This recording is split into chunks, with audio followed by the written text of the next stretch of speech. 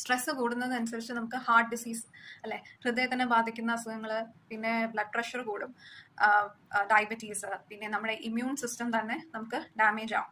അപ്പോൾ ഇങ്ങനത്തെ അസുഖങ്ങൾ കൂടി വരും സ്ട്രെസ് കൂടുന്നതിനനുസരിച്ച്. നമുക്ക് നമ്മുടെ ശരീരത്തിലും മനസ്സിലും പോസിറ്റീവ് ഇമോഷൻസ്, അതായത് കുറച്ച് സന്തോഷമായിട്ടിരിക്കുക, നമുക്ക് സന്തോഷം തരുന്ന ആക്ടിവിറ്റീസ് കൂടുതൽ ചെയ്യുക, അങ്ങനത്തെ ആൾക്കാരുമായിട്ട് സംസാരിക്കുക, അത് നേരെ നമ്മുടെ ശരീരത്തിനെ എങ്ങനെയാണ് ബാധിക്കുന്നത്? ഈ പറഞ്ഞ അസുഖങ്ങളെല്ലാം നല്ലപോലെ കുറയും. നമ്മളെ ഇമ്മ്യൂൺ സിസ്റ്റം സ്ട്രോങ് ആവും, ബ്ലഡ് പ്രഷർ കുറയും, ഡയബറ്റീസ് വരാനുള്ള ചാൻസ് കുറയും. ഓൾദോ ഹെറിഡിറ്ററി, ഇപ്പം ജനറ്റിക്സ് അതിനൊരു കമ്പോണന്റ് ആണെങ്കിൽ കൂടിയും നമ്മുടെ മാനസികമായിട്ട് നമ്മൾ എങ്ങനെയാണ് ജീവിച്ചു പോകുന്നത് എന്നുള്ളതും അതിനെ ഇൻഫ്ലുവൻസ് ചെയ്യുന്ന ഒരു ഫാക്ടറാണ്. അപ്പോൾ അസുഖങ്ങൾ മാനേജ് ചെയ്യുന്ന ലെവലിൽ, അല്ലെങ്കിൽ അസുഖങ്ങൾ ഉണ്ടാവാതിരിക്കാനായിട്ടുള്ള ഒരു ചാൻസ് കൂടുതലാണ് നമുക്ക് പോസിറ്റീവ് ഇമോഷൻസ് ആണ് ഉള്ളത്.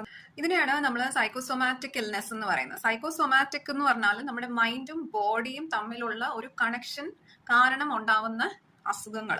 ഫോർ എക്സാമ്പിൾ, ഇപ്പം നമ്മൾ മൈഗ്രെയിൻ ഒരു സൈക്കോസൊമാറ്റിക് ഇൽനെസ് ആണെന്ന് പറയും. കാരണം നമുക്ക് എന്തെങ്കിലും ഒരു നമ്മളെ മനസ്സിനെ അലട്ടുന്ന എന്തെങ്കിലും ഒരു കാര്യം, അതിന്റെ സ്ട്രെസ്, ടെൻഷന് വരുവാണെങ്കിൽ നമുക്ക് ഉടനെ തലവേദന വരും.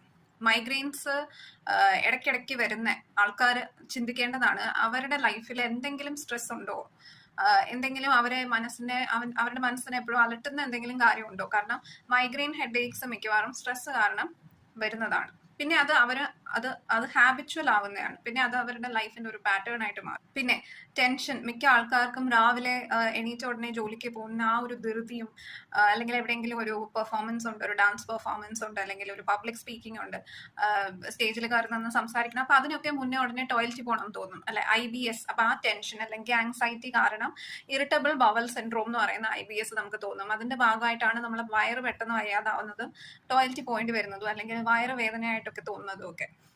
അപ്പോൾ അതും ഒരു സൈക്കോസൊമാറ്റിക് ഇൽനെസ് ആണ്. അതായത് നമ്മുടെ മനസ്സ് നമ്മുടെ ശരീരത്തിനെ എഫക്ട് ചെയ്യുന്നതാണ് ആ ഒരു ടെൻഷൻ കാരണം. പിന്നെ ഒരുപാട് വർഷങ്ങളായിട്ട് ഒരുപാട് കാര്യങ്ങൾ മനസ്സിൽ സപ്രസ് ചെയ്ത് അടിച്ചമർത്തി വേറെ ആരോടും എക്സ്പ്രസ് ചെയ്യാതെ, അല്ലെങ്കിൽ എക്സ്പ്രസ് ചെയ്യേണ്ട വ്യക്തിയോട് തുറന്നു പറയാതെ ഒരുപാട് വർഷങ്ങളായിട്ട് അങ്ങനെ ജീവിച്ചു പോകുന്നവർക്കാണ് വിഷാദം, ഡിപ്രഷനിലേക്കൊക്കെ പോകുന്നത്. അപ്പൊ അത് കാരണം അവരുടെ ഇമ്മ്യൂൺ സിസ്റ്റത്തിനെ അത് ബാധിക്കും. അത് കാരണം അവർക്ക് ഒരുപാട് അസുഖങ്ങൾ വരും. അപ്പൊ ഇങ്ങനെയാണ് മനസ്സും ശരീരവുമായിട്ട്, മനസ്സിനെ ബാധിക്കുന്ന കാര്യങ്ങൾ ശരീരത്തിൽ അസുഖങ്ങളായിട്ട് മാനിഫെസ്റ്റ് ചെയ്യുന്നത്. പേഷ്യൻസിന് മിക്കവാറും അവർക്ക് ട്രീറ്റ്മെന്റ് കിട്ടുവാണോ എന്ന് തോന്നുമ്പോൾ അവരുടെ പകുതി അസുഖം മാറും.